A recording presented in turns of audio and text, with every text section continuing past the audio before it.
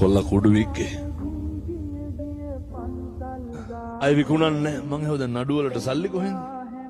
දරුවට ගෙවන්න සල්ලි එපේ රස්සා කරලා ගෙවන්න හමුදුරනේ මං ඇතුළට යනවලු බලන්න මට දුක හිතුණා පින්නතුනේ මං ඇතුළට යනවලු මං වෙයි නෑ තව ලොකු පිරිසක් බේරනවලු එකේ මේ ධර්මයේ හාස්කම